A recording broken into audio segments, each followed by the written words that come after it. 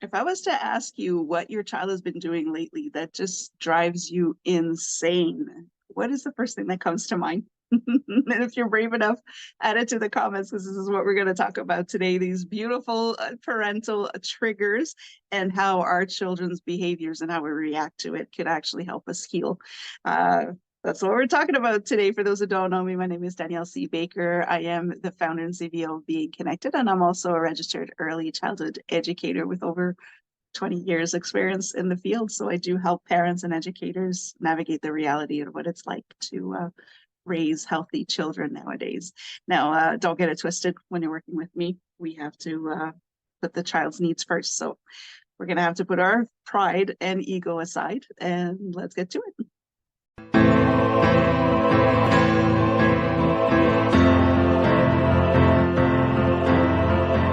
Hello, hello, hello, and welcome to the Talk to Danielle podcast. I am your host, Danielle C. Baker. And before we get started, be sure to like, follow, and subscribe to whichever channel you're listening or watching from. I do appreciate the support that you give me for the work that I do. And of course, this is new with season 2. This episode is brought to you by the Self-Esteem Doctor Online Academy with this amazing Dr. Simone Alicia. There's a wealth of resources that can help with your child's self-esteem and confidence. So I will add the link in the comments and in the description so you can have a look at that. So we're going to jump right in. Today we're talking about parental triggers and how they can actually help us find what it is that we need to heal inside of us to stop being so reactive to our children's behaviors. So for those who are not quite sure what a parental trigger is, it's usually a reaction that we have, and it can be a very sudden, very irrational spurt of anger. And we just get really upset at our child just like this. We just snap. And it is sudden, it's irrational. We have no idea why we reacted, and sometimes we feel guilty about it. And it usually is triggered by some of the children's behaviors, usually something like a tantrum, whining. They could be disrespecting, whatever disrespect means to you. They could be disrespecting you, or they're disobeying you. Those are some of the trauma, the behaviors that they could have. But I also want to mention there's some behaviors that we're not actually talking about that we attach parental triggers to negative behaviors in our children. Sometimes it has nothing to do with our child. And one of those things could be something like you have health issues, you're stressed out, you're going through a really hard time, you're overwhelmed. So it has nothing to do with the child's behavior. It's just that you're not in the right state to handle the little challenge that your child is giving you. It could also have to do with you being worried about your child's development. If your child, let's say, is not speaking and developing, the language skills are not developing the way you've been reading about, you could start getting upset when your child is not talking, and you'd be like, use your words, say it. You'll get really angry and aggressive and traumatize your child because you're worried about their development. But this is where it gets interesting. It could also be triggered by the fact that your child is happy. And this is where it gets messed up. Your child is playful. Your child is acting silly. Your child is being a child. They're just happy, go lucky. Nothing worries them. They don't have a care in the world. And that can trigger you because it's something you did not get as a child. That's where we're getting at with those triggers. So those are some of the triggers that we don't talk about a lot. So when you start getting triggered by the fact that your child is having fun and you hate it, you start wondering what's wrong with you as a parent, right? And this is what happens. You will react. A lot of the times you'll just be yelling, shouting, your lash out at your child. Or it could be the complete opposite. You will shut down, walk away, go silent because you don't want to overreact. You don't want to shout. You just completely go into, when they say fright and flight and faint and freeze, some people will freeze. They can't react at all. You could be compelled to punish. This is something that I grew up with as a parental triggers. My mom's hand would just go up and we would get the backhand. Those are triggers. So the punishment could be that. You can just shame your child, say, what's wrong with you? Why are you doing this? You're not a baby. Why aren't you talking? Things like this. We've gone over this a million times. Those are some examples of how you would react. It's not something you would normally do. But it does lead us, those triggers and these reactions do lead us into going against our parental values, the way that we want to raise our children, the way that we want to show up for our children. Those triggers actually do quite the opposite. So we react even more because of that. What we have to understand is that our child's behavior has nothing to do with it. It's just that we are not at ease with our own emotional discomfort, and our child is showing us something that we can't deal with, and that's why it's coming out. So like I said earlier, that those triggers prevent us from being the parent that we actually want to be for our children.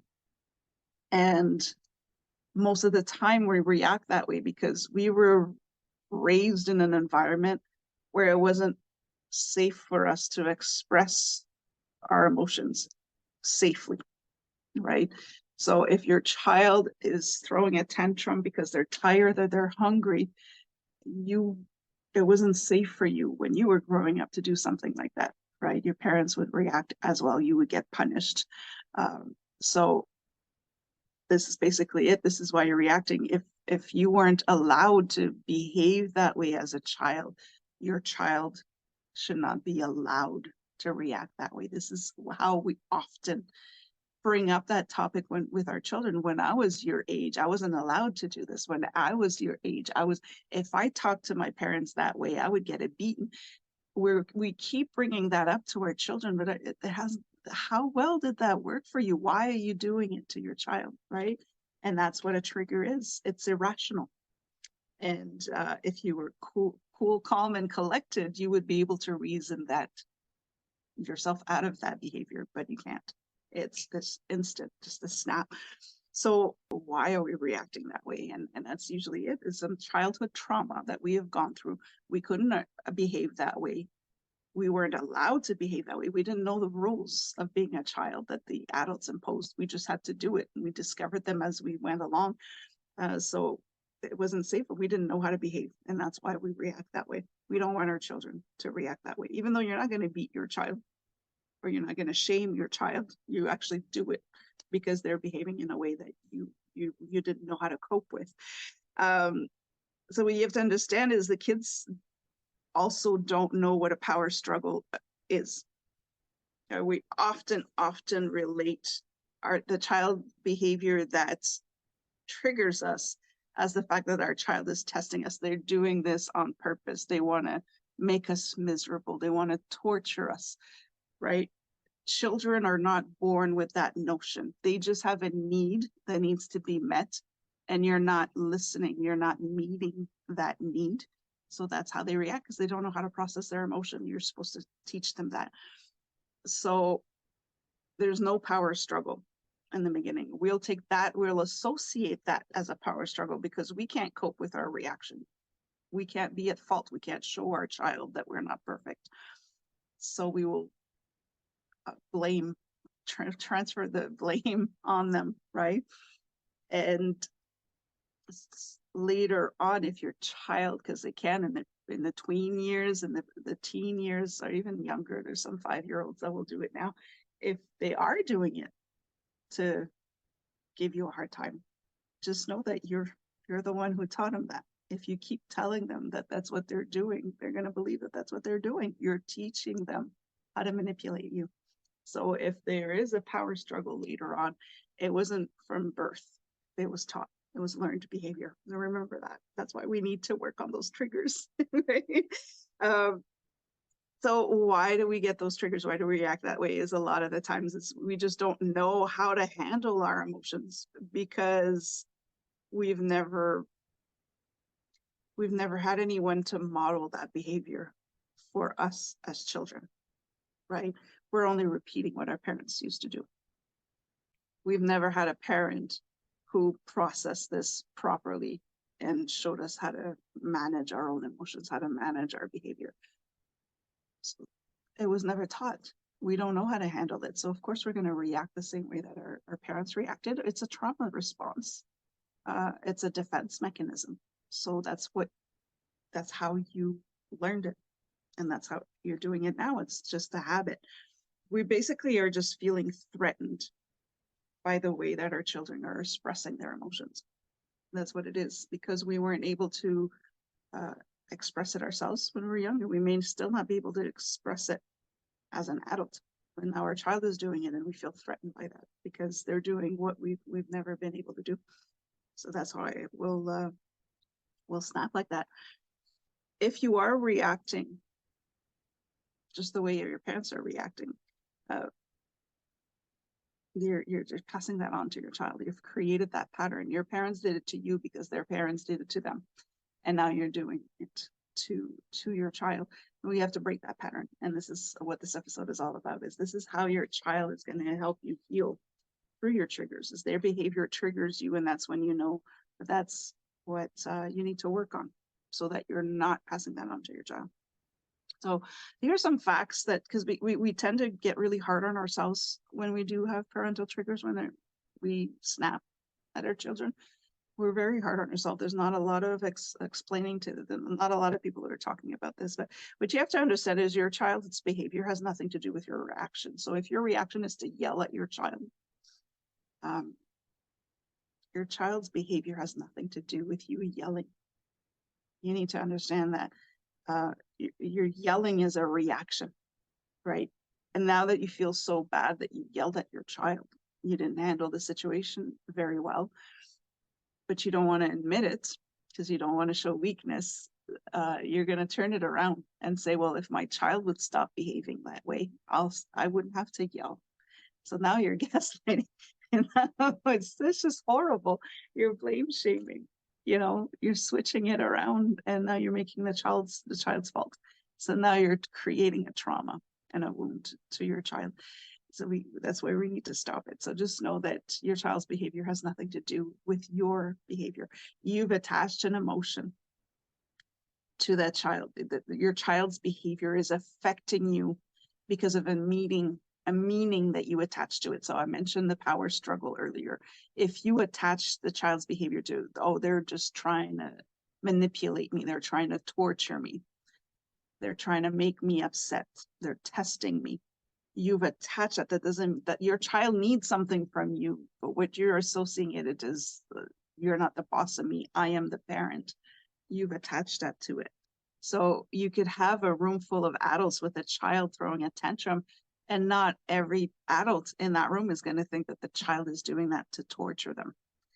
You are the one who thinks that. Another one will just say the child is tired. Another one will say the child could be hungry.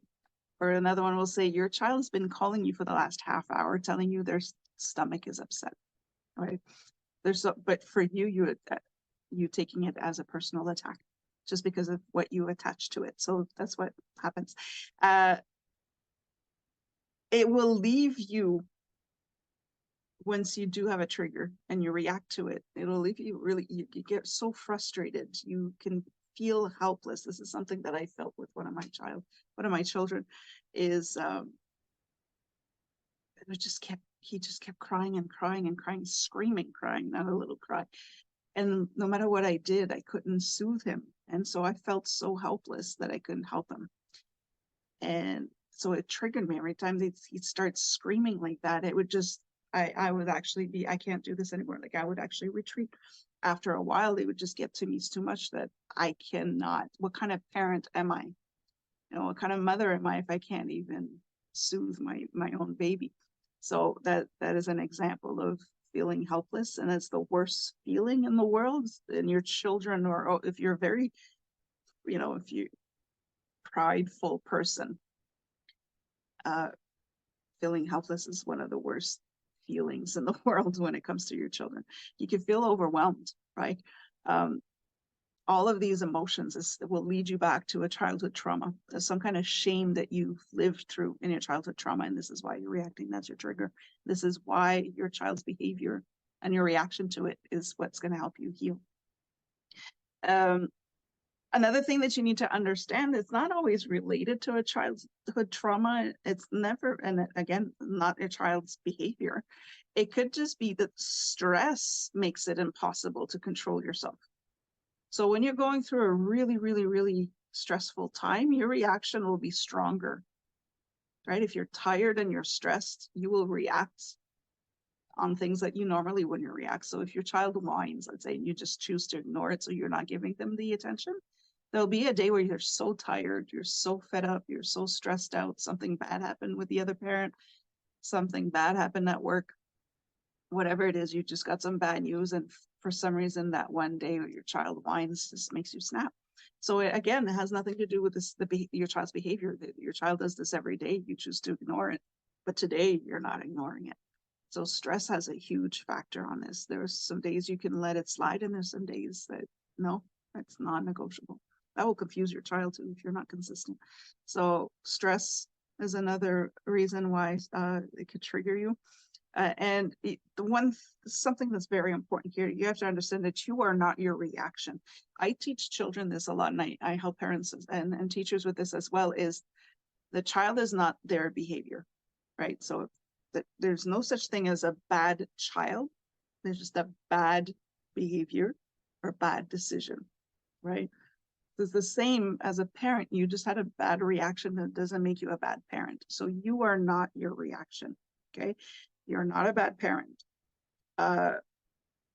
What's really cool about this, that if you can keep that in mind, you're not a bad parent, you just had a bad reaction, is that reaction can be changed because it's not who you are, right? It can be changed. You just need to want to. You're going to want to have to heal, and there's a lot of work involved in that. It's not going to be easy. So you need to invest the time to do it, so you're not passing it on to your child. Your triggers and the way you react to it are just stress responses. They're defense mechanisms. So you just have to keep that in mind. You don't need to have more self-control. A lot of people say, I need to get myself in check. I need to control myself. You don't need more self-control. Your reactions are not a character flaw. So again, you are not powerless to change. It's not a character flaw. It's not a personality disorder. It's not a personality trait. So you're not powerless. You can change. You just have to want to change, because it's not going to be easy. You need to change a pattern that is generational. It's not going to be easy. You got to face your demons and get it out of the way so your child doesn't have to do it for you. So your brain will continue to react the same way until you teach it a new way to react. This is what you have to understand. This is where you're going to need the support, and this is why there's the work involved. Is you just have to keep telling yourself, when you're beating yourself up for reacting badly towards your child's behavior, is to say, I'm not a bad parent. This is just a stress response. I can change this. But you need to teach your brain to do it differently so that you're not reacting the same way. You can change your behavior as well. So this is where you have a need that was not met as a child, that you've carried through some trauma, some stress that you've been kind of burying deep down inside of you. Your child is bringing all of that up. So you need to meet your own needs so that you can meet your child's needs. This is what you have to remember. So to heal, how do we do that? Your child has showed you exactly where you need to heal. So this is what you have to do now. You need to understand the root cause. Why are you reacting? Why is this triggering you? What's behind that? So a lot of the times it'll be because of it's a trauma response. I've said that before. So your child is resurfacing some old wounds that you worked really hard at forgetting, right? And now this beautiful human being that you love unconditionally just brings it all up. And this is why your child can help you heal, because you will actually do the work for your child. If it was your spouse, if it was your partner, if it was the other parent, if it was your own parents, if your friends telling you needed to change, that would not necessarily go over well for your child. It's something, it's a good motivation. So there's some trauma response to your root cause. Try to look back and see what that stems from. And I will explain how you could do that a little bit later. I'm just going to go over what the root cause can be. So it could be a trauma response. It could also be a challenging societal message. That's what they call it. A challenging societal message. If you're looking at television shows, movies, what's shown on social media, and even cartoons, the cartoons that you're watching with your children, video games, whatever, they all make it out to be that parenting is a constant struggle. Okay, it's not. it's a choice to make it a struggle. So because we are constantly bombarded with this image that parenting is hard, your children are going to drive you crazy. They're going to give you all this gray hair. Uh, they're impossible, that you become the victim in this, right? It's a choice. It doesn't have to be hard. Parenting really doesn't have to be hard if you get the help, if you get the support, if you know what you need help with, and ask for it. That's the challenging part, is asking for the support, admitting that you need help. And it's not help, it's backup. I actually did an episode on that if you want to look it up. Parental backup. And you're not asking for help, you're asking for backup. You're still in control. You're still the one making the decisions. You're just asking for reinforcement, right? So that's one thing as well that can trigger you, is the fact that you are going in expecting your children to drive you crazy, because that's all we see on TV. Kids are constantly fighting. That's a conversation you can have with your children as well, to change the pattern when you see that their television shows. It was really big with my kids watching Disney Channel and stuff, where the the younger sister is torturing the older kids, always getting them in trouble. And I would say to my kids, is that normal? Is that is that nice? And they say, no. Okay, so what could we do different? What could she do, or what could they do differently to change that? Because that shouldn't be normal, right? It's a choice if we make it normal. So keep that in mind. It could also say, look at your personal insight. That's another one to understand your triggers. Look back at your own life. How did your parents handle it when you had that behavior? So if your child is whining, how did your parents handle it when you were whining as a child? You may not remember, because whining is usually for younger kids, but that could be a reason. If your child is not eating their vegetables at dinner and you're fighting with them for an hour, having them sit at the table, you're not moving until you eat those last 3 peas in your plate, giving that as an example. Well, that's definitely something that you went through as a child. So how did your parents? So you're going to realize that it's your own personal insight. This is what you know. So this is what you're passing down to your child. Why are you reacting that way? How did your parents handle it when you behaved that way? And understand it's not your parents' fault, just like it's not your fault. We just don't know. We're not taught this. So your parents did it because their parents did it. Now you're doing it, and you're teaching your child how to do it for their children. This is where we need to change it. Your parents had their own trauma. They were dealing with it. You triggered them just like your children are triggered, and they reacted just like you're reacting right now. So how did your parents handle when you had those behaviors? It's another way you can understand why you're being triggered. Disrespect and disobedience is usually very big, because those are kind of the core of family values. So if obeying your parents was really big, it could be cultural, it could just be generational as well, and you disobeyed, you could get spanked. That was a common thing back in the day. You may have those reactions. This is something that I had.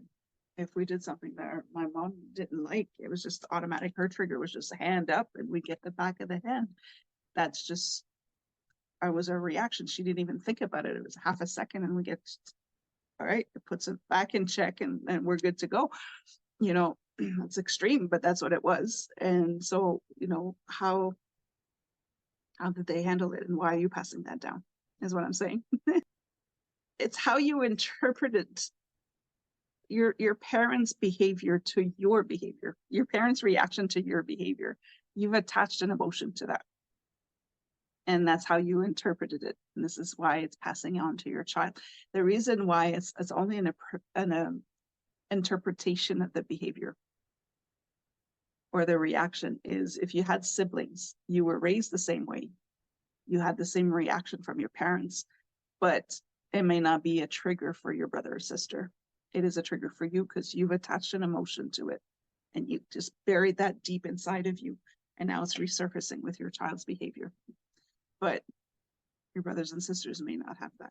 So it's really something that you interpreted with your parents' reaction, or it's something that, an emotion that you attached to it. Once you can kind of understand the root cause of your trigger and why you react that way, now that you know your triggers, you go and get the support that you need. Okay, so Again, it's that backup. It's not help, it's backup. You know that there's something that you need to work on. You're going to need support because you're not going to be able to teach your brain how to react differently because that's all you know. You're going to need somebody to help you. Ideally, your partner or the other parent should be your person to help you. And this is, again, ideally when you have a healthy relationship. If the partner notices you struggling or knows that you're about to lose it, they would just automatically just softly step in and handle the child's behavior so that you could take a step back, breathe, gain back control of your emotions so that you can step back in. It's not the other parent telling you that you're not a good parent, right? It's not your partner telling you that you don't know how to handle your child. We take that as a personal attack and we blow up even more. But that's because we were not taught that a partnership is supposed to be that way. There are days where your partner will be triggered and you will step in gently, give them time to breathe, step in, manage the behavior. You're supporting each other, ideally, right? So we got to teach your children to do that so that they can have healthy relationships. There's so many parenting groups out there, support groups that you can have. Just talking about it can help a lot. Most of the time we do this alone, right? Parenting is not supposed to be hard because back in the day we had a whole village helping us.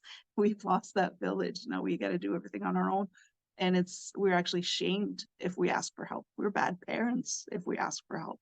That's kind of how we've been conditioned now. So just talking about it sometimes with other parents and realizing you're not the only one going through these struggles can be so helpful. So keep that in mind as well. Join those support groups. Get therapy. If you had some severe trauma in your life, you're going to need that help. Get some counseling so you can change those behaviors. You can actually help yourself heal so that you are not passing that on to your child.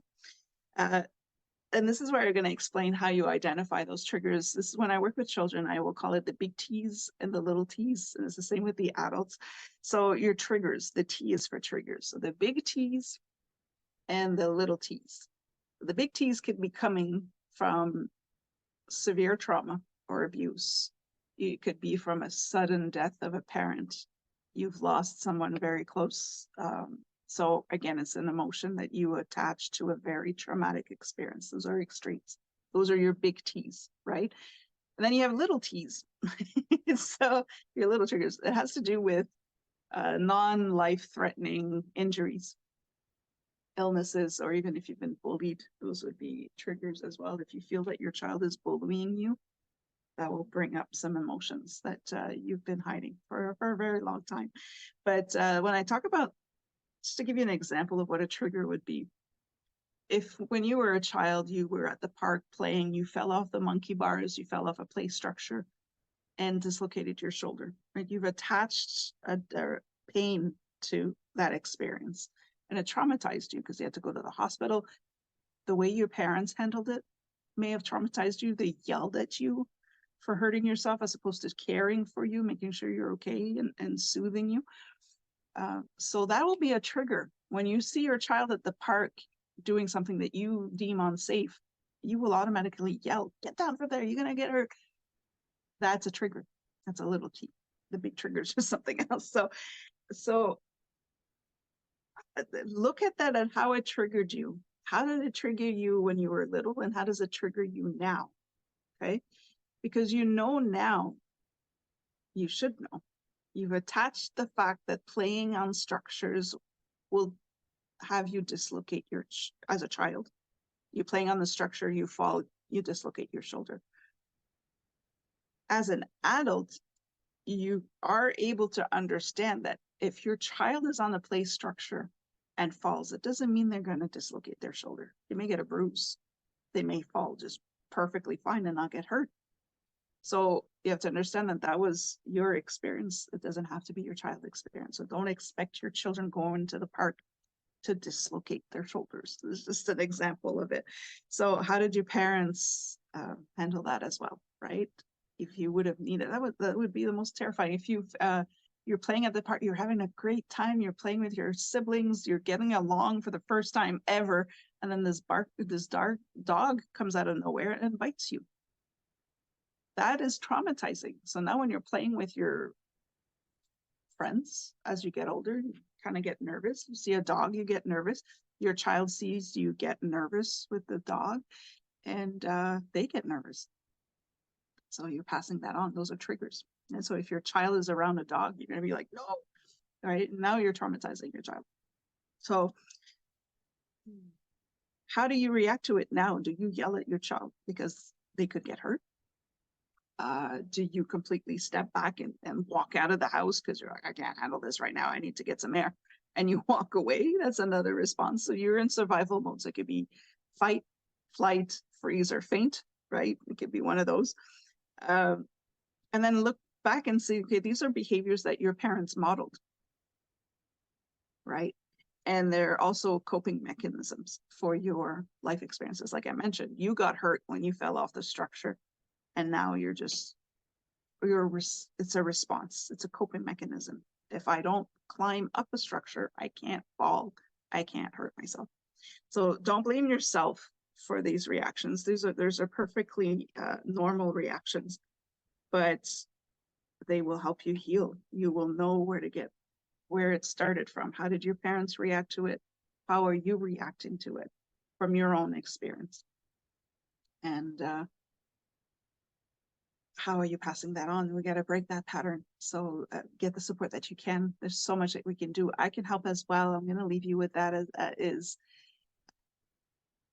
just every time your child triggers you, their behavior triggers you, look at it now as, what is my child showing me? What do I need to heal so that I'm not asking my child to heal for me? And do the work from there. Identify what the root cause is. Is it something that's deep rooted? Is it something just that's expected from you from the society?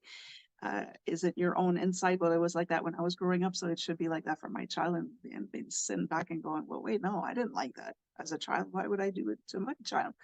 And I kind of find that balance in it. And then once you are able to identify, get the support that you need. There's nothing wrong with that. You will be helping your child. There's absolutely nothing wrong. So just remember, your child's behavior has nothing to do with your reaction. And your reaction is not who you are. Right? You're just having a bad moment. Let's fix it so you don't have another bad moment. Your brain is going to keep doing the same thing until you show it to do something different. This is where the support needs. That's where the work needs to go in. If you're constantly being triggered and you don't do anything about it, then it's a choice. Just remember that it's a choice, because you can change that behavior. It's not who you are. It's what you've developed. It's a muscle that you worked. You can change that behavior. So just remember that. I'm going to leave you with that. If you have any other questions, there's kept it vague still because there's so many different situations. Contact me. I can do Q&As. I can go live on social media. I can help out with that. I can help your child as well. And don't forget to check out the Self-Esteem Doctor Online Academy. There's some great resources for that as well. Don't forget to like, follow, and subscribe to whichever channel you're listening or watching from. And until next time, stay safe, stay awesome, and we'll talk soon.